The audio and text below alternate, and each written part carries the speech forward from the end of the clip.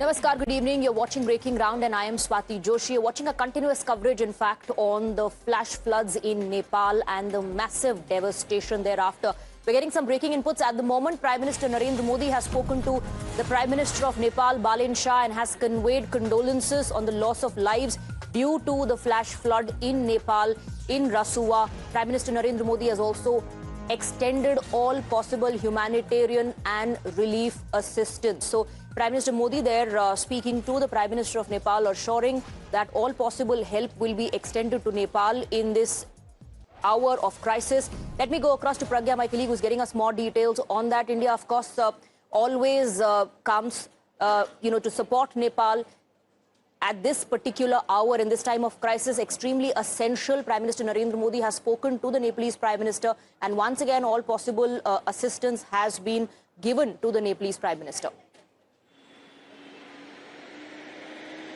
Absolutely, Swati, and remember, India has always been the first responder whenever there is a natural calamity in Nepal that has occurred. In fact, in 2025 also, India was the first one to reach out to Nepal and supply all the help that it needed. In fact, this time also, Prime Minister Narendra Modi reached out to Nepalese Prime Minister, saying that this is a casualty in which India stands with them, and also the agencies are also have been told to supply the relief material to Nepal.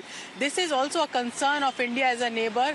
Prime Minister Narendra Modi always believed that we need to help our neighbors, and whenever there is a natural calamity, our humanitarian causes should never cease. And this is exactly what Prime Minister has been saying in this particular social media post that he has put out, and not just speaking to Prime Minister, assuring all sorts of help, all sorts of technical help along with the relief material is what India is promising Nepal right now. We know the flood has caused devastation. Two of the major central Nepal districts have been hit. In fact, many of the foreign nationals have also been missing. So it is a time of concern for Nepal. Yes, like Pragya was pointing out, India has assured all possible help to Nepal. Both the Prime Ministers have spoken. What we are given to understand from our top sources is that the Indian Air Force planes are also on standby for rescue operations, to assist in rescue operations, because that's, of course, the top priority, the top focus at the moment. Indian Air Force planes to carry relief materials, and the planes will leave tonight or tomorrow. That's what we're given to understand. Let's go across to Akanksha for more on that. Akanksha, what are these aircrafts that we're talking about? Also, a lot would depend, as far as these sorties carrying equipments and relief material, a lot would depend on the situation there on ground in Nepal. So the first word coming in was from the Ministry of External Affairs, which went on record to say that India will be sending relief material at the earliest. And now we are being told is that C-130J and the C-17 aircraft will in fact be released for quick induction. They will be carrying the National Disaster Response Forces. We are also being told that it could also pose a potential environmental threat as far as our bordering districts with Nepal are concerned, particularly in Bihar. There's already a high alert that's been issued at the border districts. We are being told that the rescue and relief teams of the NDRF are currently on high alert, even at the Indian border, as far as Bihar and Nepal are concerned. But remember, the Ministry of External Affairs has also shared 2 emergency helpline numbers for all the loved ones and family members of those 105 Indian nationals who are currently stranded, 290 foreign nationals in all. There's already an advisory being issued by the US as well. Remember, you have nationals not just from India, but the US, even Australia and Canada, as well as the Netherlands and South Africa. So the Chinese president also has offered help over there in finding those who are missing. But India has always been fronting all kinds of rescue and relief operations whenever it comes to Nepal, Swati, whether it is the earthquakes, the flash floods, and today itself we are being told that we can expect this rescue and relief material to be dispatched at the earliest, perhaps today, and if not today, maybe by tomorrow. Absolutely. Now, you were talking about Bihar, and North Bihar is impacted the most because, one, of course, we share the border. Number 2, most of these rivers that we are talking about flow through Nepal, originate in Tibet and Nepal, and from the Himalayan mountains, they enter northern Bihar. We're getting some breaking inputs. Mayank, before we tell our viewers about the breaking input coming in, this is extremely important, the concern that rises in Bihar, because Bhote Koshi is a tributary of the Koshi river system in Bihar, and every time, even if there's like heavy rainfall in Nepal, Bihar is flooded. See, that's the problem with the lower riparian states, because entire volume of water, whatever comes from the top upper riparian states, that has to flow down. And in this case, Bihar happens to bear that brunt of the volume of water which may rise or which may start or which may get collected into higher reaches of northern Himalayas, and then it flows through. Because of the gravitational pull, the speeds also rise, the debris is also contained in that, it is also collected, and that comes down and it's dropped in Bihar, and devastation is seen every year. That's the reason actually. And whereas, see, there are two mechanisms. One is National Disaster Response Force and SDRF, which is State Disaster Relief Forces. Every district, in a way, the government has been trying to raise up some kind of formations which might react and provide relief or rescue in cases of any such devastations. And NDRF is a very specialized force as well with Nepal, and there is a high alert in Bihar as well. Mayank, Akanksha and Pragya, do stay on with us. Let's shift our focus to more breaking inputs coming in on the broadcast. The flash flood water from Nepal is expected to reach the Indian side around 7 p.m. today. That's what we're given to understand. Now, following a meeting with the Bihar Chief Minister, 2 additional NDRF teams have been moved to Bihar, 1 each for West Champaran and Muzaffarpur. And these are in addition to the existing NDRF deployment in the state. 1 NDRF team has also been deployed to Kushinagar near the Nepal border in Uttar Pradesh. Let's go across to Priyank for more information on that. Priyank, earlier you told us that the Home Minister has already spoken to the Chief Minister of Bihar right after news broke of flash floods in Nepal, and we also the kind of devastation that it has caused. The extent of damage still being assessed. Yes, certainly, Swati, the multiple information which is coming in this particular, rescue team which has been working on the ground, because there was a high-level meeting which has happened with the Bihar Chief Minister, and Bihar, Water and Resource Department has also issued a major statement where they have stated that they have in several instances where we have assessed the situation in the past as well, but looking at the ground situation where the flash flood had hit, it is most likely that in the next 5 to 6 hours, the entire area will face a crucial, water flow, which is coming out from the Gandak River, and this area of Koshi could also be affected. What we have got to know that this flow of water, the flash flood, will hit the Indian part around 7 p.m. today.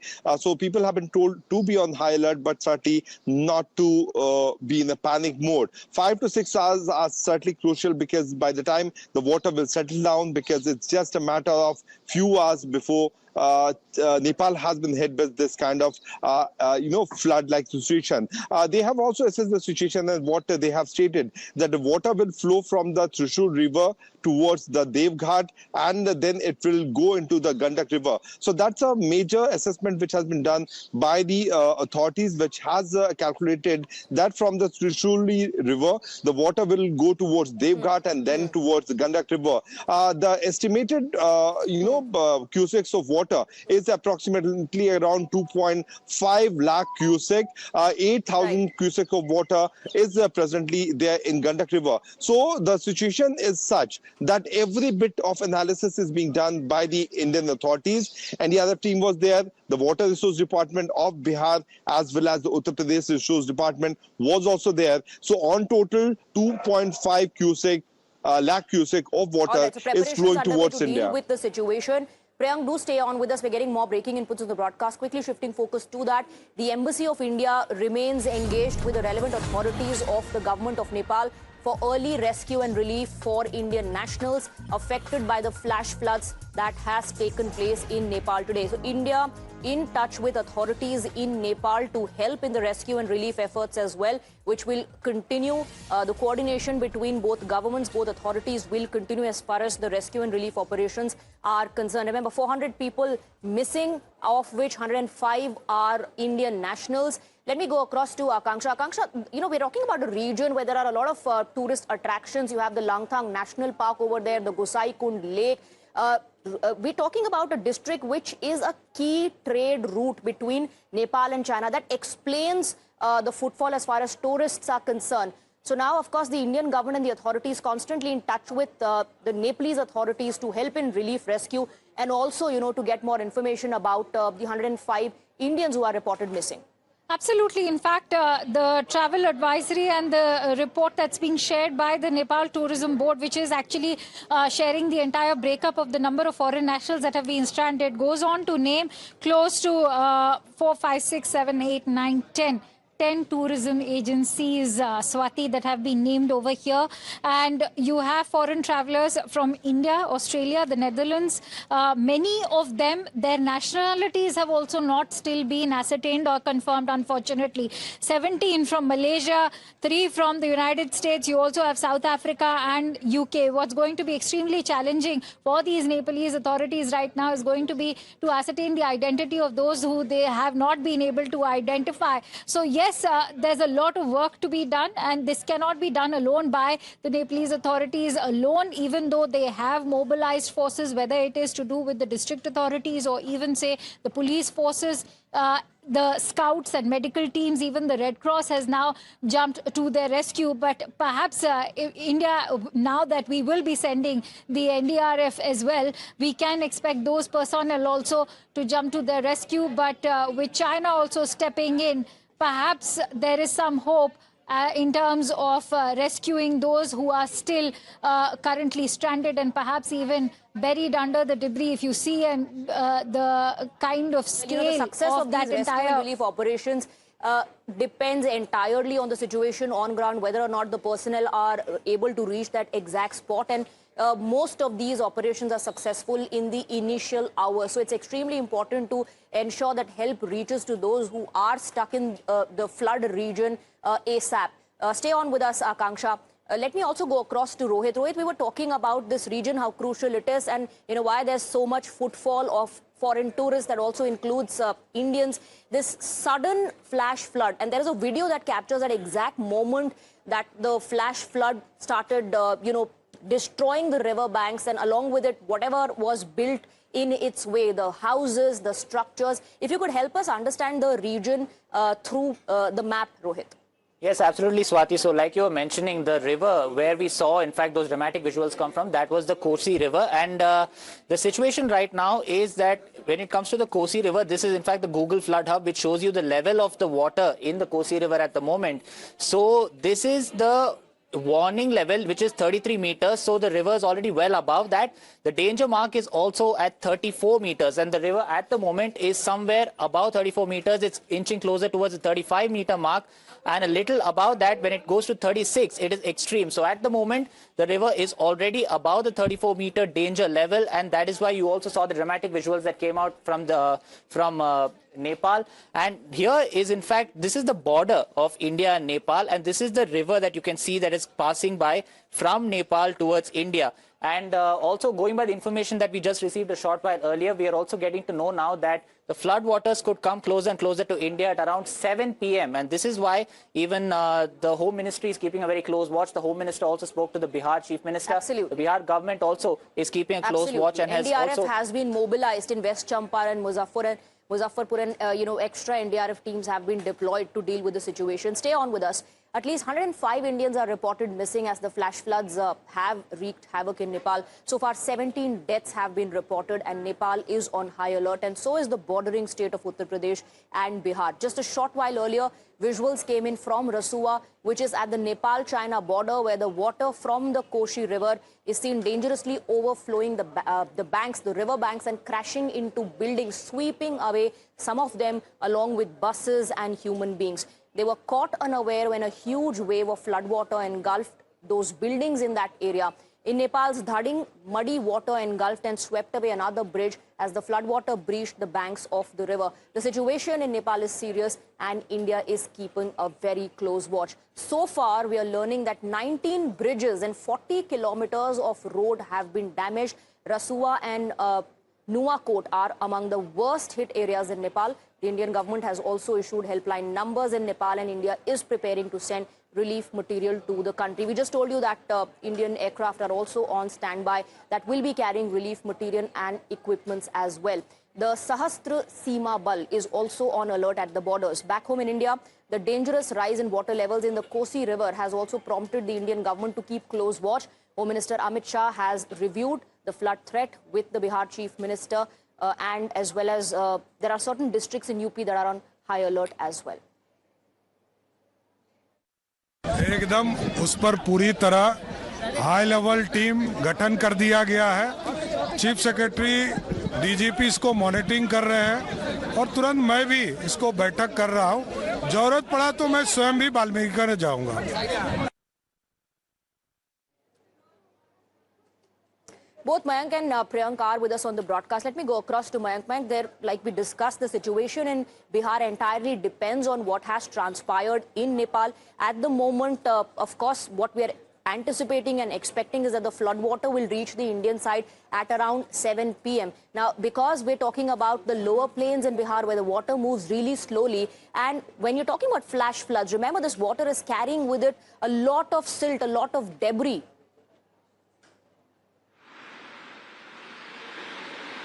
See, the best point has been actually India has got some response time now. Thus, it is able to mobilize the NDRF, the SDRF also as well, which are generally in the districts and the state. So that's the best part. So we'll have to wait and watch the spread of the forces, because going by the experience which Bihar has been facing since years, it would help the people there to not only organize the forces, the equipment, the de-induction of the people from there. The people will be rescued and they'll be moved out to the safer places, that they are not into low-lying areas, because debris is going to fill up.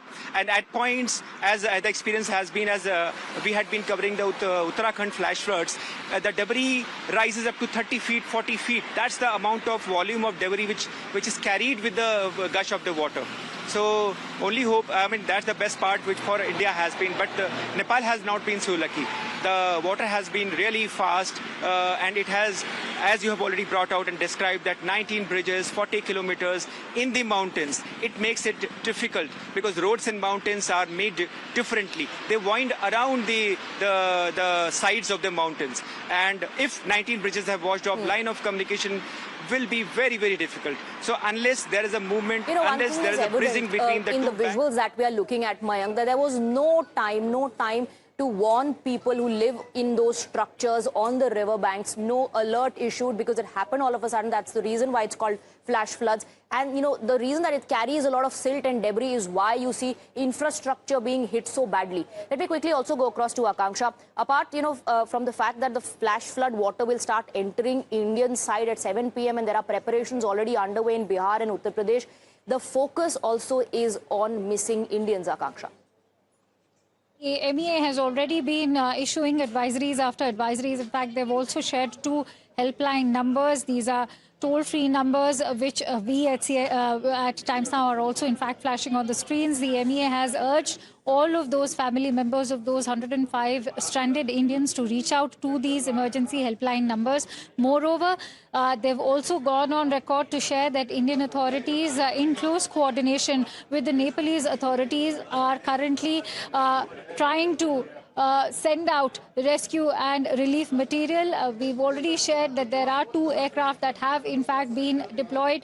Perhaps we can expect the rescue and relief material to be dispatched today itself, Swati, or maximum by tomorrow. Remember, the damage done in a span of just less than 6 hours has been massive, whether it is the number of bridges or the kind of infrastructural damage, or if you look at the kind of telecommunication damage also that these floods have in fact impacted. It's going to be a significant challenge for not just the local Nepalese authorities, whether it is the police or the armed police or even the Nepalese army, but also the NDRF personnel that are currently being dispatched. As we've also been discussing, this is not just going to pose a threat to Bihar, as you rightly mentioned, that whether it is Champaran or Muzaffarabad, the waters are expected to flood these districts by 7 p.m.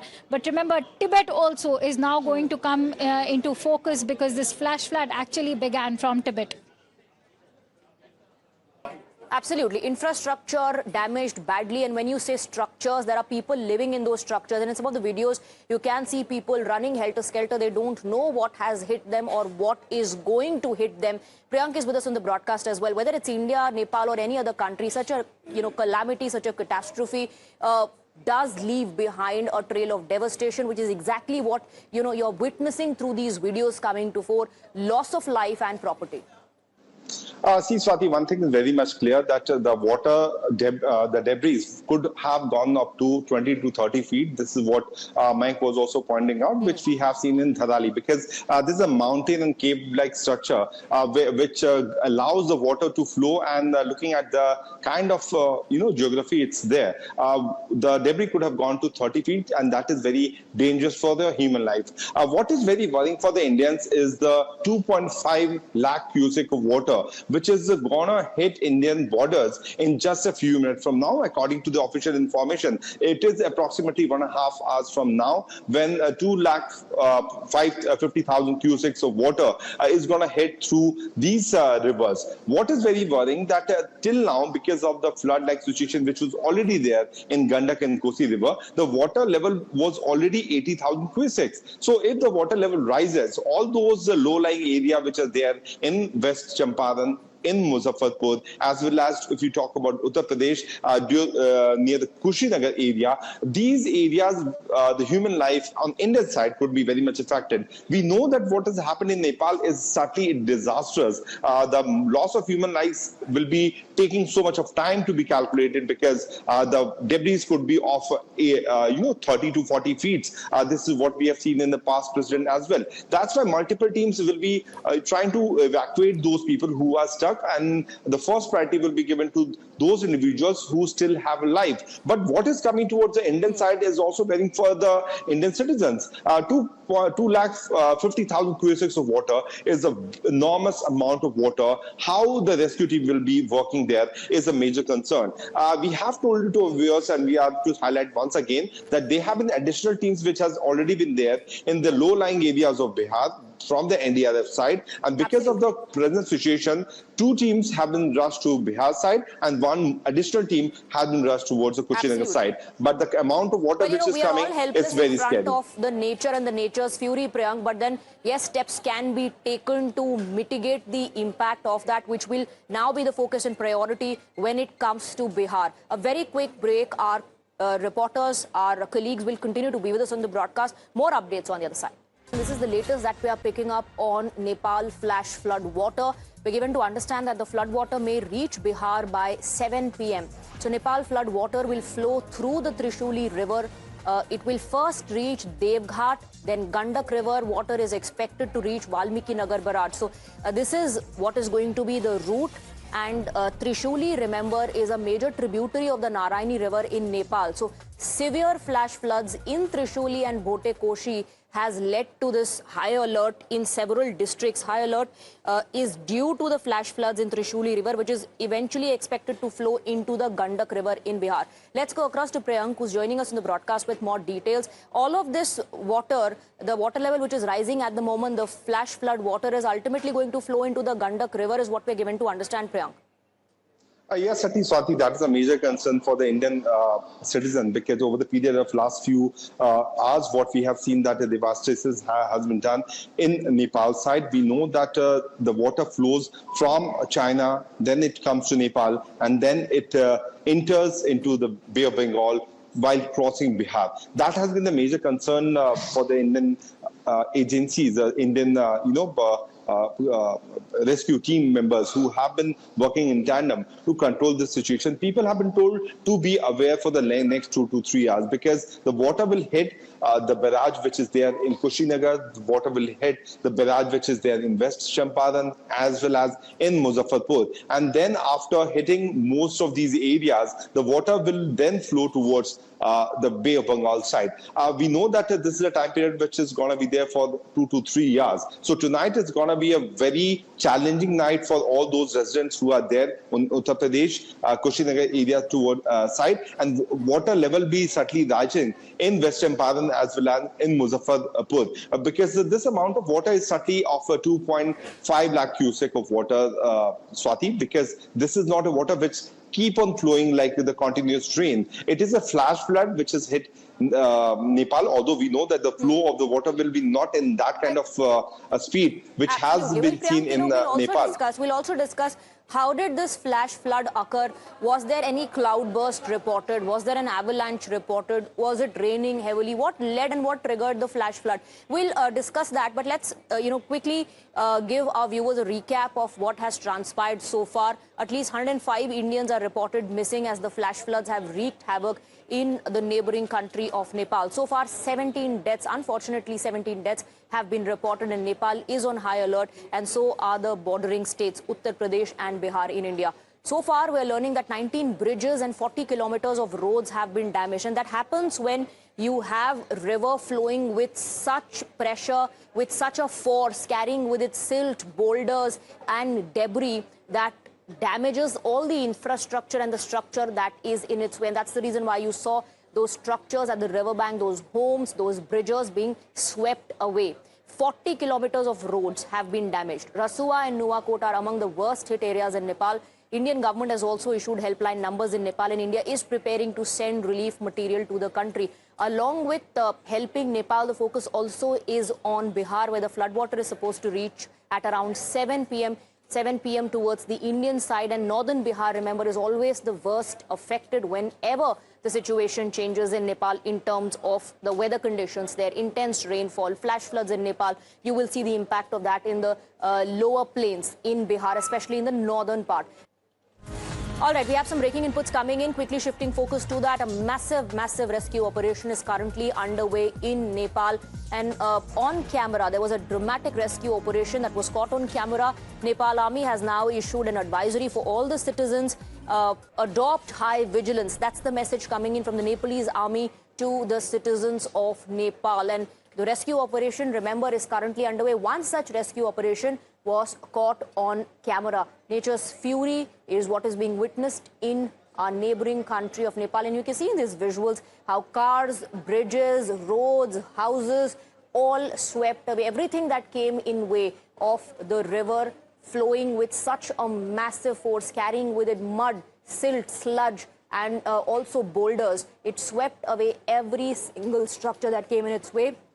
And the dramatic visuals that I was talking about is on the screens at the moment. You can see how a rescue operation was carried out in this condition at the region, at the spot where maximum damage was done. A helicopter there pressed into service to provide relief to people, to provide help to people who are stuck. And that particular rescue operation was caught on camera. We'll also try and connect with our reporters to get you more details. Now, going by the visuals, we can see there are people on their rooftops where these helicopters are reaching, rescuing them from the rooftops. Mayank, if you could shed more light.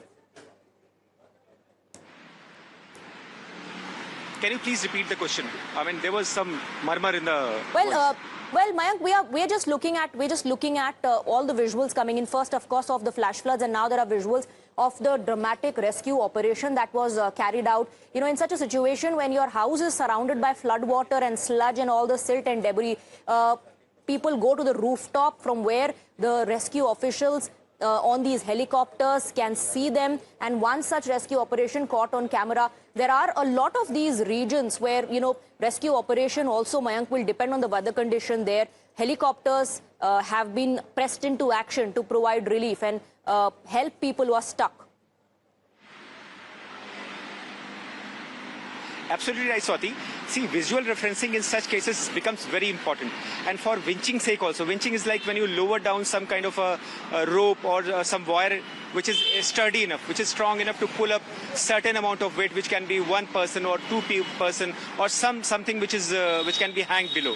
That's the way winching is done. So, and normally the tendency is that people rush toward higher places. That's the tendency. So people would definitely wish or rush towards the rooftops. And in this case, it really becomes easy, I mean, to be saying it for general understanding of the people, for helicopters to visually mark out a person and then hover around, winch down the ropes or the cables and then pull up the person.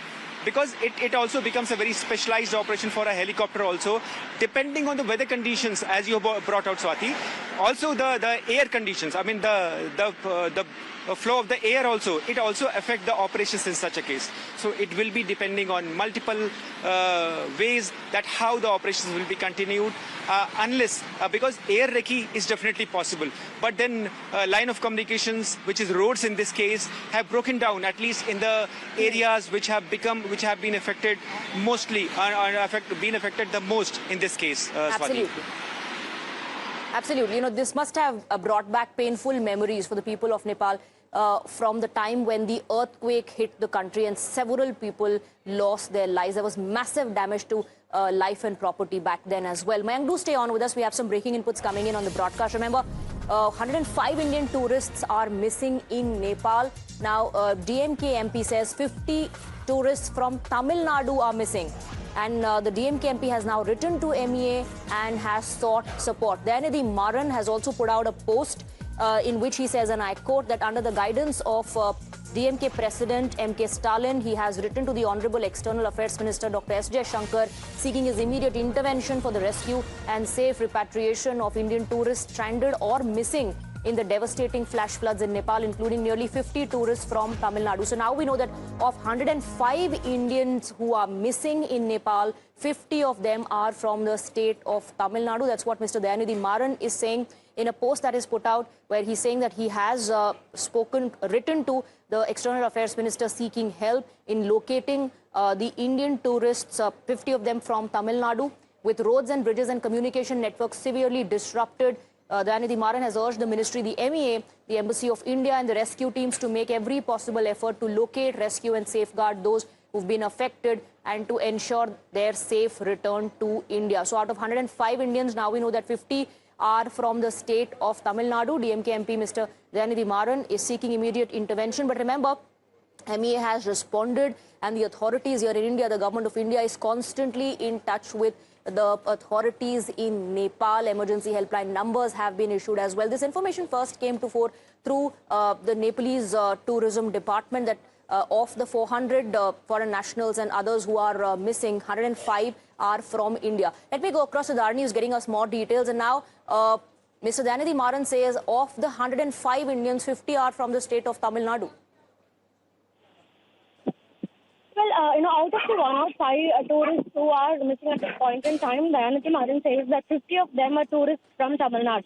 A tourist agency from Tamil Nadu has taken tens of people from here to tour Nepal, and around 50 of them now have gone missing.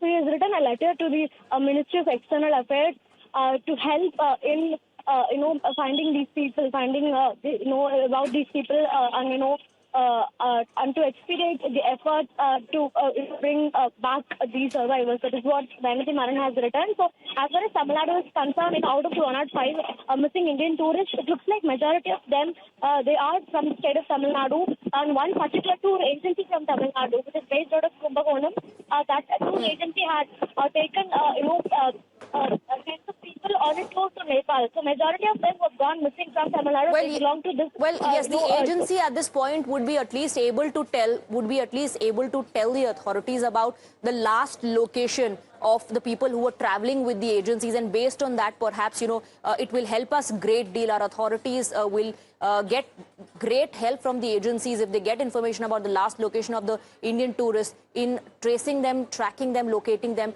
and of course, eventually bringing them back safe home. Thank you very much, Dharani, for getting us the details. Quick break, lot more lined up on the other side. Stay on with us.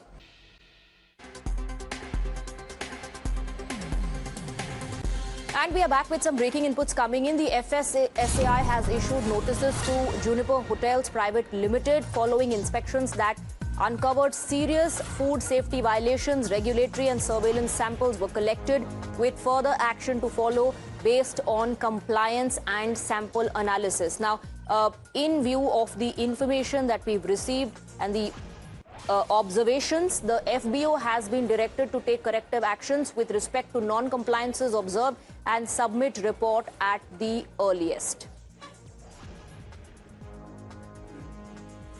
So this crackdown continues across the country. We've witnessed massive crackdown in Mumbai and Bengaluru and now in the national capital as well. It's not just about the eateries on the streets, but famous restaurants, pubs also being checked, and most of them have failed when it comes to maintaining hygiene standards. And action is being taken against such establishments. Notices have been issued to 5-star hotels in the national capital, and this was done after samples were collected and violations were flagged. Serious food safety violations have been noticed, and after which action has been taken. So massive crackdown continues across the country. Let's go across to Dev, who's getting us more details. Dev, we've seen similar action being taken, the process being followed in Mumbai and Bengaluru and now in the national capital. And like I said, it's not just about, the roadside eateries or the thelas, but it's also about these establishments that are known to be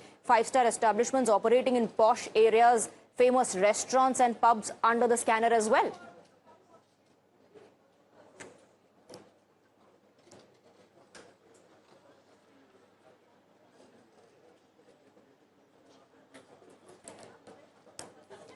Dev, if you can hear me and share more details. Well, yes, the crackdown has followed, and the FSSAI has also come down heavily upon the Juniper group of limiteds. Some popular hotels like Andaz, Apna, all of these, Aerocity, these are some prominent hotels. And out here, during a surprise inspection come raid, it was found that there were no procurement proper procedures listed, the details of the supplier as far as the maintenance is concerned,